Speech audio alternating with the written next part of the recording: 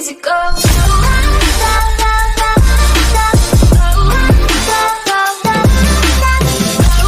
Assalamualaikum warahmatullahi wabarakatuh. Waalaikumsalam Waalaikumsalam warahmatullahi wabarakatuh. Sebelumnya, terima kasih kepada Bapak Dr. Iwan Wicaksono yang telah memberikan waktu dan tempat untuk mempresentasikan tugas yang sudah Bapak berikan sebelumnya. Di sini kami akan menyampaikan materi tentang filosofi dan karakteristik IPA. Sebelum penyampaian materi, perkenalkan, nama saya Fitriatul Mardiah, NIM 2002101062, akan menjelaskan tentang karakteristik IPA. Di sini saya juga bertindak sebagai moderator. Selanjutnya, saya Dilania Febrianti Putri dengan NIM 200210101031 yang akan menjelaskan tentang materi pengertian filosofi ilmu pengetahuan alam.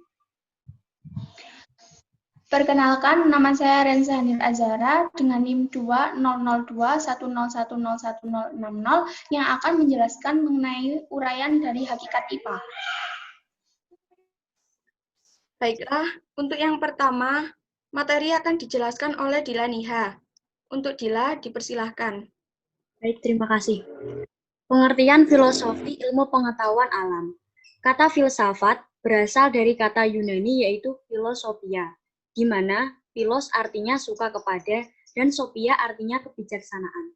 Jadi, filosofia artinya suka kepada kebijaksanaan. Filsafat juga diartikan sebagai ilmu yang mempelajari seluruh fenomena kehidupan dan pemikiran kritis manusia. Sedangkan ilmu pengetahuan alam atau sains diambil dari kata Latin scientia yang artinya pengetahuan. IPA mempelajari tentang alam semesta, baik yang dapat diamati dengan indera maupun yang tidak diamati dengan indera. Menurut Wahyana dalam Trianto, IPA merupakan suatu kumpulan pengetahuan tersusun secara sistematik dan dalam penggunaannya secara umum terbatas pada gejala-gejala alam. Filosofi ilmu pengetahuan alam adalah pemikiran atau sudut pandang manusia yang sedalam-dalamnya untuk memperoleh kebenaran, makna, tujuan, serta nilai-nilai ilmu pengetahuan tersebut bagi kehidupan manusia. Selanjutnya adalah hakikat ilmu pengetahuan alam. Pada hakikatnya, IPA merupakan suatu produk, proses, dan sikap ilmiah. Pada penerapannya, produk dan proses tersebut adalah dua hal yang tidak dapat dipisahkan. IPA sebagai proses adalah cara kerja dan metode ilmiah dalam mendapatkan hasil dari proses tersebut. IPA sebagai produk meliputi berbagai fakta, konsep, prinsip, dan teori. Sedangkan IPA sebagai sikap ilmiah, maksudnya dalam proses IPA tersebut mengandung sikap, cara kerja, dan cara berpikir dalam memecahkan masalah dan persoalan untuk mencapai hasil yang diharapkan. Dari berbagai definisi yang telah dikemukakan oleh para ahli tersebut, dapat disimpulkan bahwa IPA atau sains adalah ilmu pengetahuan yang mempelajari segala sesuatu yang ada dan terjadi di alam. Ilmu pengetahuan ini diperoleh melalui hasil observasi dan eksperimen yang dilakukan secara sistematik. Menurut Sujana tahun 2013, hakikat IPA atau sains jika ditinjau dari sudut ontologi, epistemologi, dan aksiologi ada tiga, yaitu IPA atau sains sebagai produk, IPA atau sains sebagai proses, dan IPA atau sains sebagai sikap ilmiah. Selanjutnya akan dijelaskan Renza. Baik, saya akan menjelaskan uraian dari hakikat IPA atau sains, yakni yang pertama, IPA sebagai produk. Pembelajaran IPA merupakan sesuatu yang harus dilakukan oleh siswa, bukan sesuatu yang dilakukan terhadap siswa, menurut National Science Educational Standard dalam Purwantiwidi tahun 2013. Maksudnya, proses pembelajaran IPA menekankan pada pemberian pengalaman langsung untuk mengembangkan kompetensi agar menjelajahi dan memahami alam sekitar secara ilmiah. Kemudian, pembelajaran IPA diarahkan untuk inquiry dan berbuat sehingga dapat membantu peserta didik untuk memperoleh pengalaman dan pemahaman yang lebih mendalam tentang alam sekitar, menurut Purwantiwidi tahun 2013. Apa sih inquiry itu? Inquiry adalah rangkaian kegiatan pembelajaran yang menekankan pada proses berpikir kritis dan analitik kritis untuk mencari dan menemukan sendiri jawaban dari suatu masalah yang ditanyakan. IPA dalam produk ini meliputi fakta-fakta, prinsip-prinsip, konsep, hukum, dan teori. Next.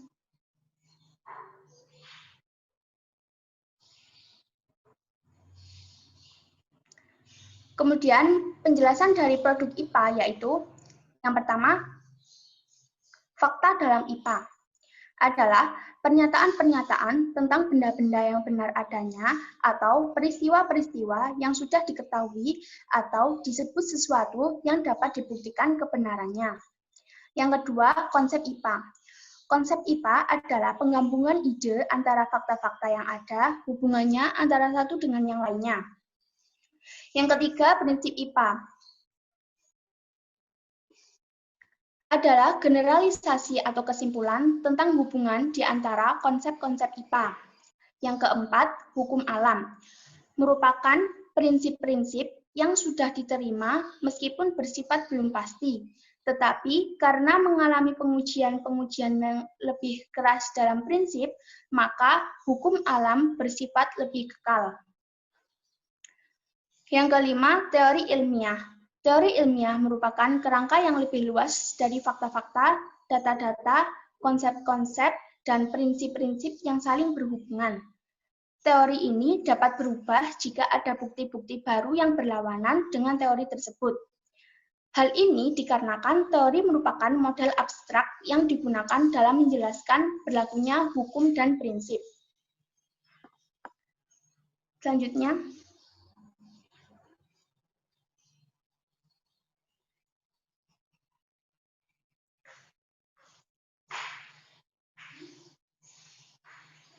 next. Uraian dari hakikat IPA yang kedua adalah IPA sebagai proses. IPA sebagai proses merupakan suatu tahapan untuk memperoleh produk IPA. IPA sebagai proses sangat berkaitan erat dengan keterampilan proses sains. Keterampilan proses sains merupakan cara untuk memperoleh ilmu, menurut Sujana tahun 2013. Jadi, IPA ini sebagai proses cara yang dilakukan untuk memperoleh ilmu pengetahuan alam. Cara untuk memperolehnya yaitu melalui keterampilan proses sains. Kemudian menurut Widodo dan kawan-kawan tahun 2010, ada beberapa keterampilan proses sains, yaitu keterampilan mengamati, keterampilan merencanakan dan melaksanakan percobaan, keterampilan menafsirkan dan menarik kesimpulan, dan mengkomunikasikan. Nah, jadi, keterampilan proses dasar atau basic skills meliputi yang pertama, observasi. Merupakan kegiatan pengamatan oleh panca indera. Yang kedua, prediksi. Merupakan kegiatan memperkirakan apa yang akan terjadi dilihat dari data yang sudah diperoleh. Yang ketiga, interpretasi. Merupakan penafsiran data yang diperoleh dari hasil pengamatan. Yang keempat, merencanakan dan melaksanakan hasil penelitian yang melalui beberapa tahap sesuai metode ilmiah yang nantinya akan diperoleh kesimpulan. Next.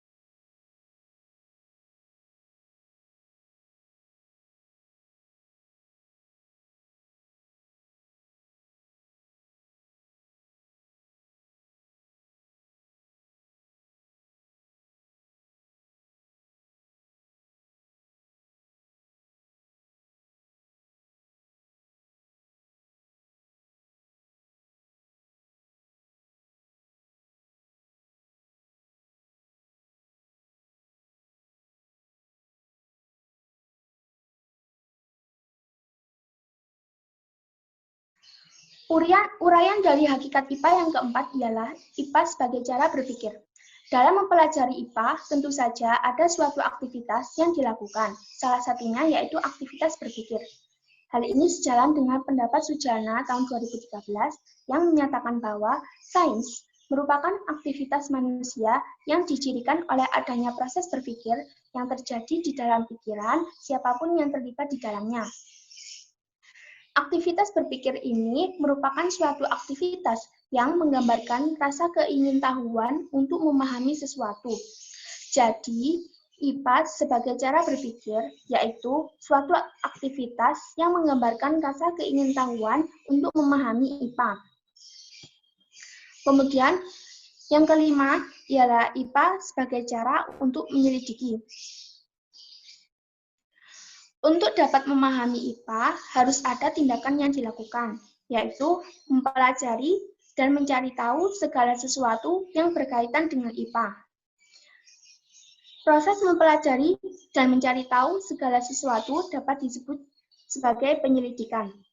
Dalam bahan ajar pendidikan dan latihan profesi guru tahun 2012 dijelaskan bahwa IPA terbentuk dari proses penyelidikan yang terus-menerus. IPA merupakan ilmu pengetahuan yang diperoleh dengan menggunakan metode ilmiah. Berdasarkan hal tersebut, maka dapat disimpulkan bahwa IPA terbentuk dari hasil penyelidikan dengan menggunakan metode ilmiah yang dilakukan untuk memahami dan mempelajari alam. Kemudian, uraian dari hakikat IPA yang keenam ialah IPA sebagai batang tubuh pengetahuan. IPA sebagai batang tubuh pengetahuan yaitu bahwa IPA terbentuk dari fakta, konsep, prinsip, hipotesis, teori, dan model. Sebagaimana yang telah dikemukakan oleh Sujana tahun 2013, yakni IPA atau sains merupakan batang tubuh pengetahuan yang terbentuk atas fakta-fakta, konsep-konsep, prinsip-prinsip, hipotesis-hipotesis, teori-teori, dan model-model membentuk kandungan atau konten sains. Baik, itu adalah uraian dari hakikat IPA. Materi selanjutnya mengenai karakteristik IPA akan dijelaskan oleh Fitri. Karakteristik ilmu pengetahuan alam. IPA berupaya membangkitkan minat manusia agar ingin menciptakan kecerdasan dan pemahamannya tentang alam seisinya. Secara umum, IPA meliputi 3 bidang ilmu dasar, yaitu biologi, fisika, dan kimia. IPA merupakan ilmu yang lahir dan berkembang lewat langkah-langkah observasi, perumusan masalah, penyusunan hipotesis, pengujian hipotesis melalui eksperimen, penarikan kesimpulan, serta penemuan teori dan konsep. Kurikulum IPA menyediakan berbagai pengalaman belajar untuk memahami konsep dan proses sains.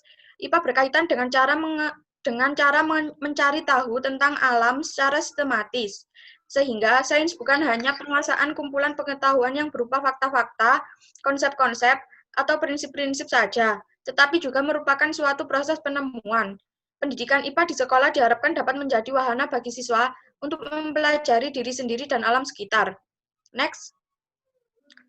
Charin dan Sun dalam Puskur tahun 2007 mendefinisikan IPA sebagai pengetahuan yang sistematis secara tersusun secara teratur, berlaku umum, dan berupa kumpulan data hasil observasi dan eksperimen.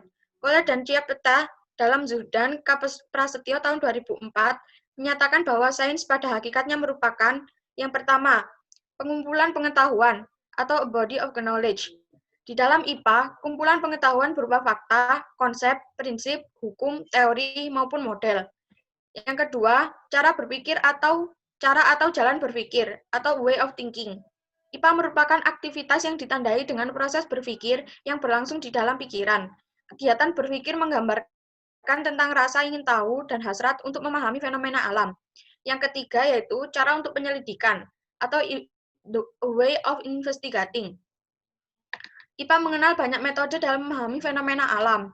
Fenomena alam tersebut diselidiki melalui eksperimen atau observasi, serta proses pemikiran untuk mendapatkan penjelasan. Next.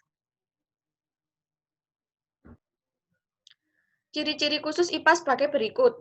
Yang pertama, IPA mempunyai nilai ilmiah. IPA dapat dibuktikan dengan cara yang dilakukan oleh penemunya terdahulu. Yang kedua, IPA merupakan merupakan konsep yang saling berkaitan. Konsep yang telah ada berkembang sebagai hasil observasi yang bermanfaat untuk eksperimen selanjutnya. Yang ketiga, IPA merupakan pengetahuan yang sistematis.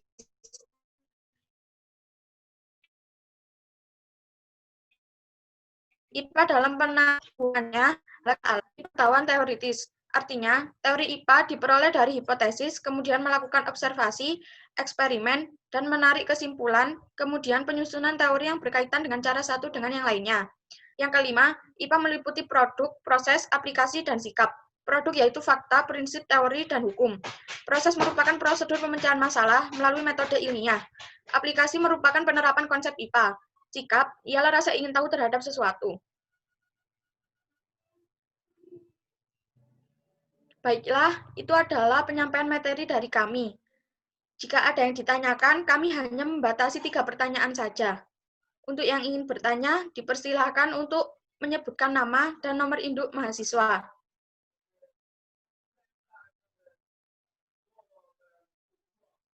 Baiklah, apakah ada yang ditanyakan?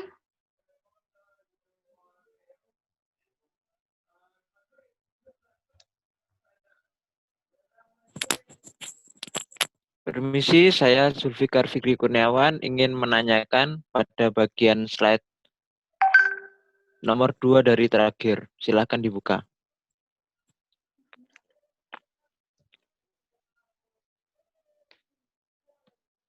Ya, silakan. Slide selanjutnya. Yang rangkuman paling terakhir tadi.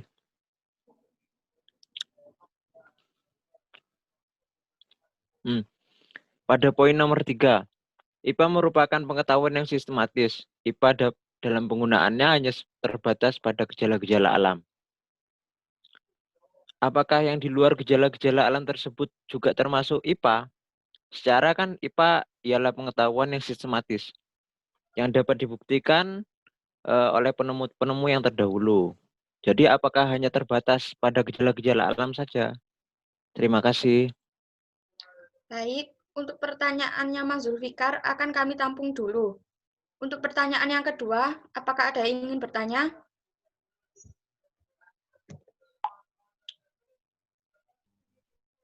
Assalamualaikum warahmatullahi wabarakatuh. Waalaikumsalam warahmatullahi wabarakatuh. Saya Fasya Eka Sulhikam, NIM 2002 10 10 10 64. Di sini saya ingin menanyakan yang tadi pendapat dari Sujana.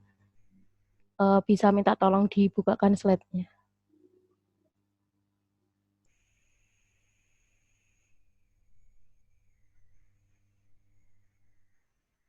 Di situ kan beliau berpendapat sains merupakan aktivitas manusia yang dicirikan oleh adanya proses berpikir yang terjadi di dalam pikiran siapapun yang terlibat di dalamnya. Itu maksudnya bagaimana ya? Yang terlibat di dalamnya itu bagaimana maksudnya? Terima kasih. Sama-sama.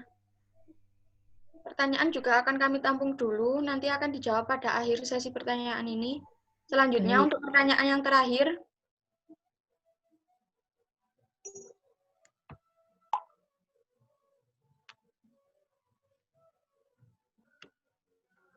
apakah ada yang ingin bertanya lagi? Assalamualaikum warahmatullahi wabarakatuh.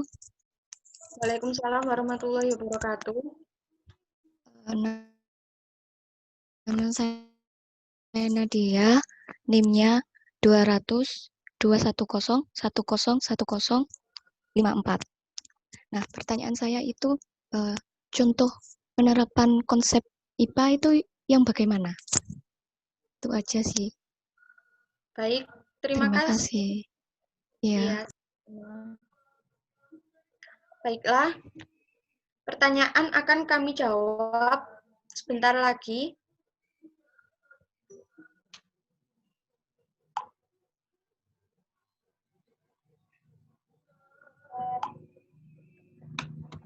Jawaban akan kami diskusikan terlebih dahulu.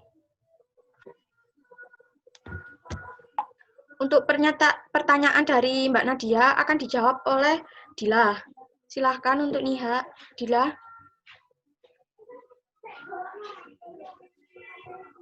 Baik, saya akan menjawab pertanyaan dari Mbak Nadia. Kita ambil contoh dari produk dari IPA. Yang pertama dijelaskan bahwa fakta dalam IPA adalah pernyataan-pernyataan tentang benda-benda yang benar adanya atau peristiwa-peristiwa yang sudah diketahui atau disebut sesuatu yang dapat dibuktikan kebenarannya. Contohnya, misalnya air beku dalam suhu 0 derajat Celcius. Yang kedua adalah konsep IPA adalah penggabungan ide antara fakta-fakta yang ada hubungannya antara satu dengan yang lainnya. Contohnya yaitu makhluk hidup dipengaruhi oleh lingkungannya. Yang ketiga adalah prinsip IPA adalah generalisasi atau kesimpulan tentang kehidupan di antara konsep-konsep IPA. Misal, udara yang dipanaskan memuai adalah prinsip menghubungkan konsep udara panas pemuaian, artinya udara akan memuai jika udara tersebut dipanaskan. Yang keempat adalah hukum alam adalah prinsip-prinsip yang sudah diterima meskipun bersifat belum pasti. Tetapi karena mengalami pengujian-pengujian yang lebih keras daripada prinsip, maka hukum alam bersifat lebih kekal. Misal, hukum kekekalan energi. Yang kelima adalah teori ilmiah, merupakan kerangka yang lebih luas dari fakta-fakta, data-data, konsep-konsep, dan prinsip-prinsip yang saling berhubungan. Teori ini dapat berubah jika ada bukti-bukti baru yang berlawanan dengan teori tersebut. Misalnya, teori meteorologi membantu para ilmuwan untuk memahami mengapa dan bagaimana kabut dan awan terbentuk.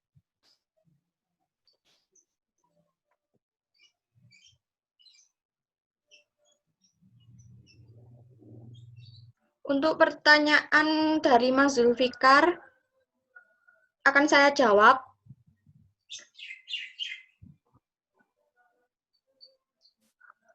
Itu kan IPA merupakan pengetahuan yang sistematis. IPA dalam penggunaannya hanya terbatas pada gejala-gejala alam. Lah, Mas Zulfikar tadi kan bertanya apakah hanya terbatas pada gejala alam saja. Ternyata sains itu juga mempelajari aspek-aspek fisik dan non-manusia tentang bumi dan alam sekitarnya. Ilmu-ilmu alam tersebut membentuk landasan bagi ilmu terapan yang keduanya dibedakan dari ilmu sosial, humaniora, teologi, dan seni. Matematika juga tidak dianggap sebagai ilmu alam, akan tetapi digunakan sebagai penyedia alat atau perangkat dan kerangka kerja yang digunakan dalam ilmu-ilmu alam. Terima kasih. Apakah masih ada yang ditanyakan dari penjelasan saya? Berarti ilmu IPA itu luas ya, bisa mencakup seni, matematika, dan lain-lain. Apakah seperti itu? Ya, ya luas. Soalnya itu kayak ilmu alam tadi, gejala-gejala alam itu membentuk ilmu-ilmu terapan yang lainnya, begitu. Baik, terima kasih atas jawabannya. Silakan dilanjutkan presentasinya. Baik, terima kasih. Baik, akan kami lanjutkan. Ya, Untuk tadi pertanyaannya Mbak Fasia, kami sudah memberikan jawabannya yang akan dijawab oleh Mbak Rensa. Kepada Rensa disilahkan. baik, saya akan menjawab pertanyaan dari Mbak Fasia, yakni sains ini kan aktivitas manusia yang dicirikan oleh adanya proses berpikir yang terjadi di dalam pikiran siapapun yang terlibat di dalamnya. Nah, pikiran siapapun yang terlibat di dalamnya ini merupakan pikiran para ilmuwan yang berkaitan dengan kegiatan memahami gejala alam atau topik sains. Nah, para ilmuwan ini memiliki segala bentuk pemikiran sehingga harus dilibatkan dalam proses cara berpikir sains. Bagaimana Mbak Fasya? Apa ada yang kurang dimengerti? Berarti ini contohnya kayak kan ini kan berkaitan sama ilmuwan. Nah, ini contohnya tuh kayak misalkan Isaac Newton itu kan menemukan hukum Newton itu karena melihat fenomena apel jatuh, apakah seperti itu? Misalkan contohnya. Iya, seperti itu Mbak Fasya. Mbak Fasya, ya. Jadi, gimana ya? landasan para ilmuwan itu biar jadi fasihnya gitu loh buat teori IPA-nya. Baik, saya sudah mengerti. Terima kasih. Iya Mbak Fasya, sama-sama. Baiklah, semua pertanyaan sudah terjawab semua oleh kami. Selanjutnya akan kami kembalikan kepada Bapak Iwan. Terima kasih atas waktunya. Mohon maaf apabila ada kekurangan materi. Wassalamualaikum warahmatullahi wabarakatuh. Waalaikumsalam warahmatullahi Waalaikumsalam warahmatullahi wabarakatuh.